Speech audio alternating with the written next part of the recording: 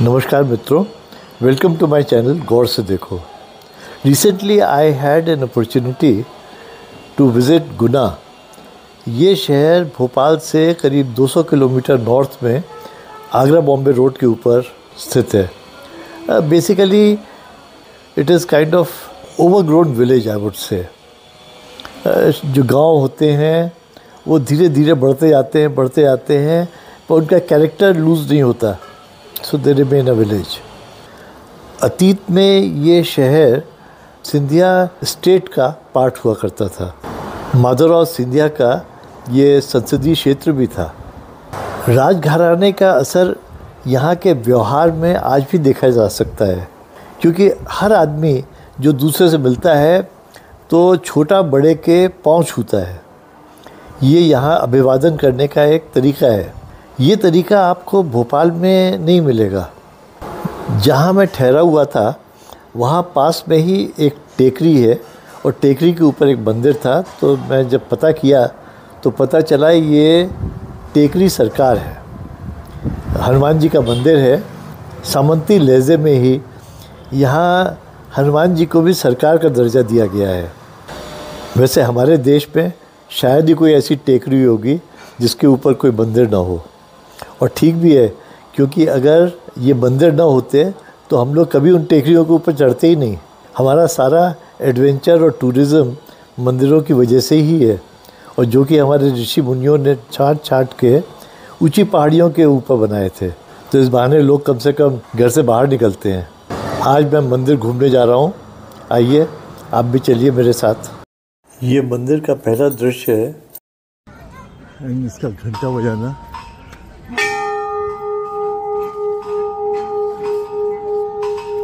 देखा जाए तो सीढ़ी चढ़ने का एक फ़ायदा ये भी है, जैसे जैसे सांस फूलती जाती है श्रद्धा बढ़ती जाती है। Whenever climbing steps, it's easier to climb. It's getting down which is tougher. क्योंकि बॉडी जो है मोमेंटम से नीचे आती है और फिर वो क्रैम्प्स आते हैं। चढ़ते में तो वन स्टॉप्स जब सांस फूल जाए तो। पहले ज़माने में हम लोगों के संत और ऋषि बहुत अक्लमंद थे।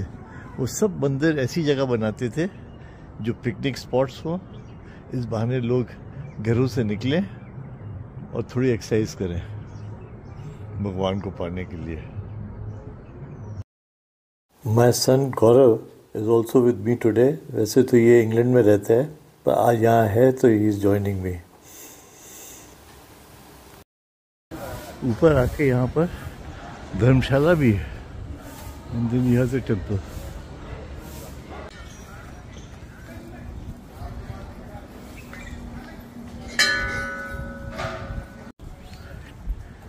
टेकरी सरकार वैसे बड़ा अच्छा और रिसेंट कंस्ट्रक्शन लगता है। बड़ी साफ सफाई है सब तरफ। It's a very beautiful place,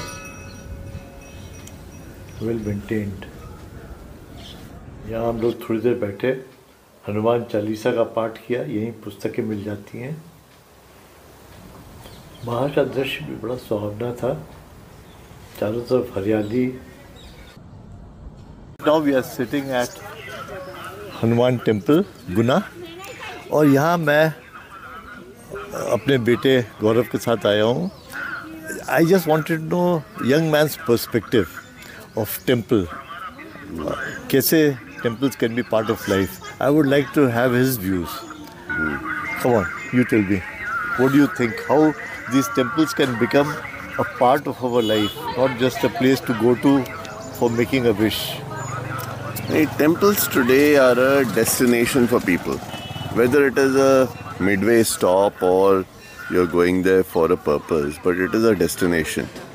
ज़्यादातर लोग जाते हैं with the objective कि अरे मंदिर जाना है, एंड मंदिर में you're going for a purpose. भले आज मेरा रूटीन है, मैं सुबह मंदिर जाता हूँ तो you go to a मंदिर, या मैं ऑफिस जाते टाइम मैं मत्था टेकता हूँ, you go to, but you're going there with the objective that you're going to a temple. And then I think somewhere at the back of your mind एक ये है कि you are asking God for something, it is part of your punishment that you are paying a price for some better reward.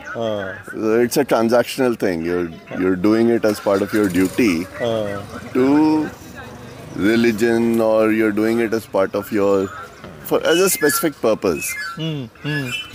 I think where it needs to go to is it being a part of other things that you do in your life. So if you're doing a celebration, you should be doing the celebration which happens to be in a temple. You're doing sort of an event which happens to be in a temple. पहले होता ही था. See, temples were earlier cultural centers जहाँ पर सारी cultural activity होती थी, right from entertainment to गमी हो, खुशी हो, कुछ भी हो. Temples were integral part of your life. Now temples are a go-to place. They are not part of your life. So how temples can come back to your life is, जैसे हमारी शादियों का पूरा कल्चर बदल गया था after हम आपके हैं कौन. That movie came, तो सारा कल्चर बदल गया. शादी कैसे, सारे रिचुअल्स कैसे होते हैं. अगर ये फिर से बॉलीवुड मूवीज़ में टेम्पल्स को अपने कल्चर का पार्ट बनाया जाए, for celebrations, for every activity that we, क्योंकि आजकल न्यूक्लियस फैमिलीज हो गई हैं, फैमिलीज बहुत छोटी हैं.